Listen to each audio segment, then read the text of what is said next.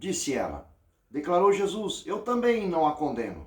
Agora vá e abandone sua vida de pecado. Vamos ler de novo? Ninguém, Senhor, disse ela. Declarou Jesus: eu também não te condeno. Agora vá e abandone sua vida de pecado. Shalom, tudo bem? Eita, mais um dia, mais uma reflexão.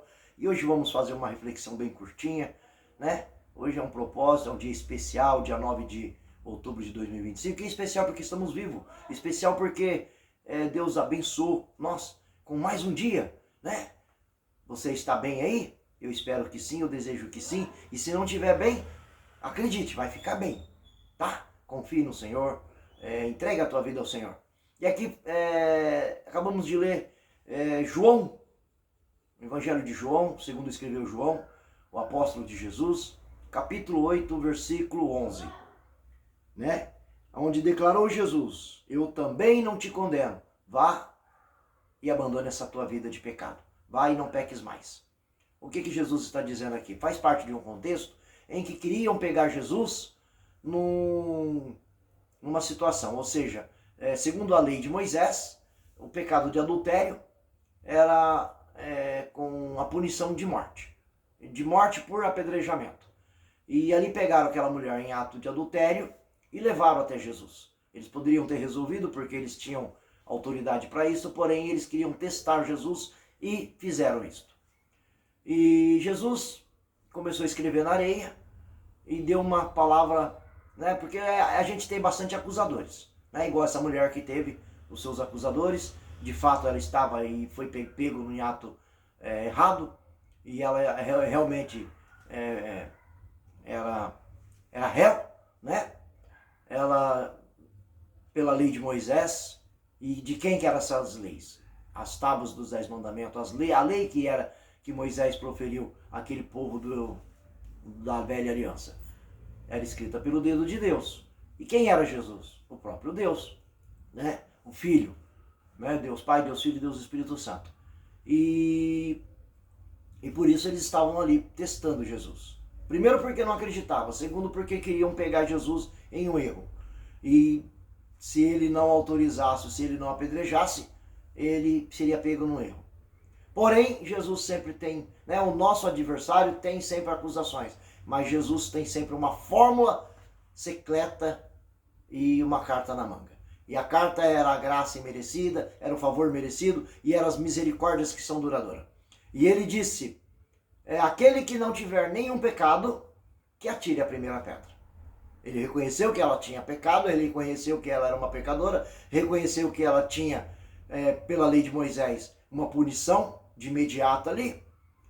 E ele não mudou isto.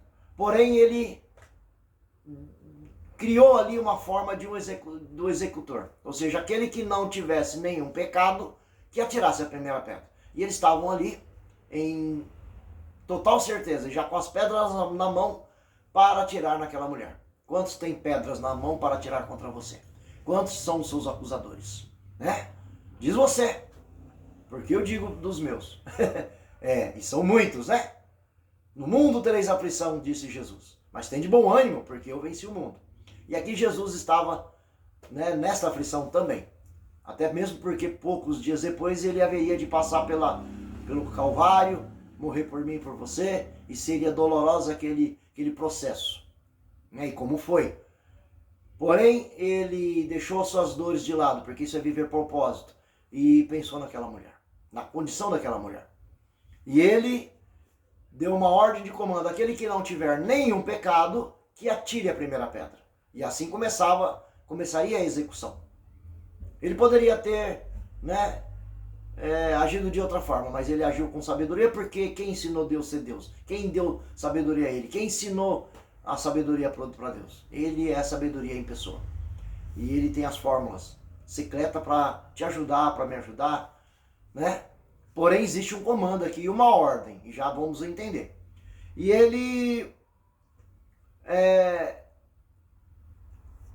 abaixou, continuou escrevendo de cabeça baixa, e todo aquele pessoal, do mais velho ao mais novo, foram se retirando. E por que foram se retirando? E por que dos mais velhos ao mais novo? Eu entendo que do mais velho, porque quanto mais viveu, né? Um jovem de 18 anos viveu 18 anos, então ele pecou até os 18 anos. Mas um jovem de 70 anos viveu até os 70, pecou até os 70, portanto pecou mais. Portanto, eles, né, sentiu-se com a consciência pesada, mesmo que não tivesse o pecado que ela tem, que estava sendo acusado ali, mas tinha pecado de alguma forma. E pecado é pecado. Então todos entenderam que eram pecadores e foram se retirando do mais velho, ou seja, do que mais pecou, aos que menos pecaram. Mas não ficou ninguém, a não ser a mulher, que era a acusada, e Jesus.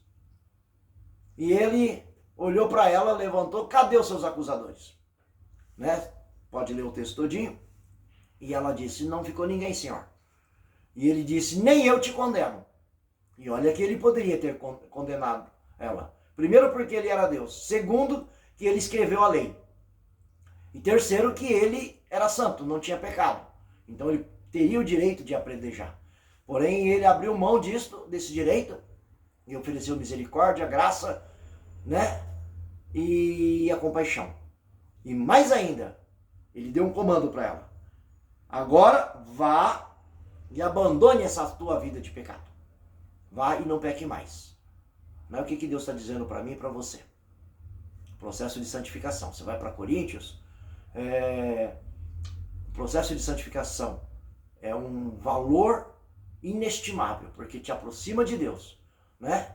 Toda vez que você se renuncia, toda vez que você diz não para o pecado, você aproxima Deus de você, né? Você adora a Deus através disso. Toda vez que você renuncia um pensamento maldoso, né? Pense aí um pensamento aí de pecado, um pensamento contra Deus, contra a palavra, e você renuncia a isto. E você assim está adorando a Deus. Assim você está dizendo não às coisas erradas, está se santificando e Deus começa a trabalhar em você, começa a agir em você, por você e através de você. Você começa a refletir a imagem de Deus. Você começa a viver novidade de vida. Foi o que ele propôs para essa mulher. Vá, né? Ela estava ali na sua fase terminal. Quantas das vezes estamos sem esperança alguma, estamos no nosso limite, estamos de fase terminal em alguma área da nossa vida, e chega Deus e dá um vigor, e dá uma vida sobre vida, uma vida sobremaneira. Mas aí ele dá um comando. Agora vá e não peques mais. Vá e não erre mais. Vá e não volte mais aqui.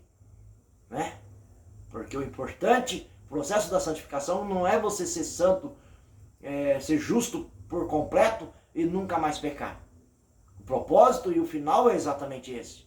Raiando de glória em glória até chegar o dia perfeito. Porém, é um processo.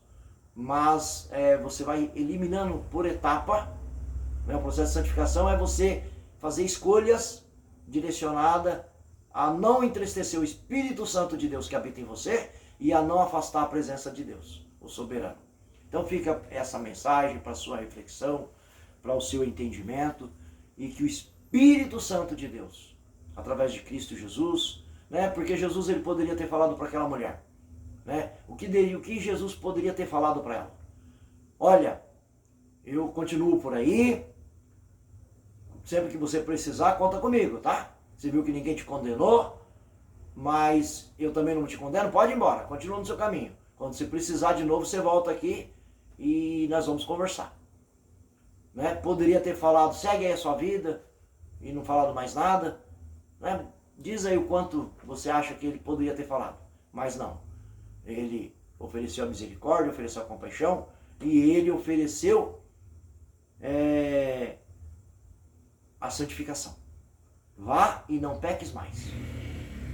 E aí você pode falar, poxa vida, mas ela continuou sendo humana, ela continuou tendo fraquezas, e ela pode com certeza ter pecado de alguma outra forma. E eu concordo com você. Mas uma coisa foi o comando de Jesus. Vá e não peques mais. Pelo menos naquele pecado, ela estava proibida de voltar. E agora, se ela realmente viu o olhar de Jesus, e é provável que isso aconteceu, porque quando Deus se revela a você, quando o Espírito Santo se revela a você, você olha para suas mazelas, você olha para os seus pecados anteriores, para a sua vida que você tinha antes e você sente vergonha, você sente nojo. Por isso que o pecado é arrependei-vos dos vossos pecados, confessai e abandonai. Então, você vai, né, se limpando dele. Então, você via pornografia, não vê mais, você mentia, não mente mais, você bebia, não bebe mais, você fumava, não fuma mais, né? Você tinha lascívia, não tem mais. Então você vai se limpando e você vai olhando para aquilo que você vai desprezando por amor a Cristo, pela misericórdia que foi oferecida a você, pelo sacrifício na cruz, pelo amor tal, pelo sacrifício de Deus enviar o teu filho.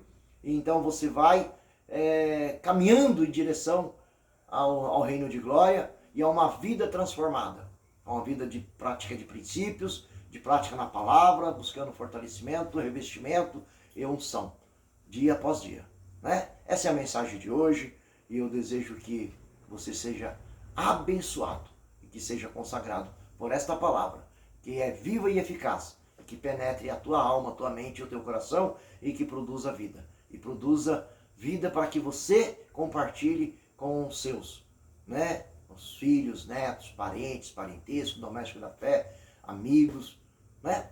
Porque é isso, é a prática do ID. Quando Deus faz em você, Ele faz por você e depois através de você. Em nome de Jesus, amém?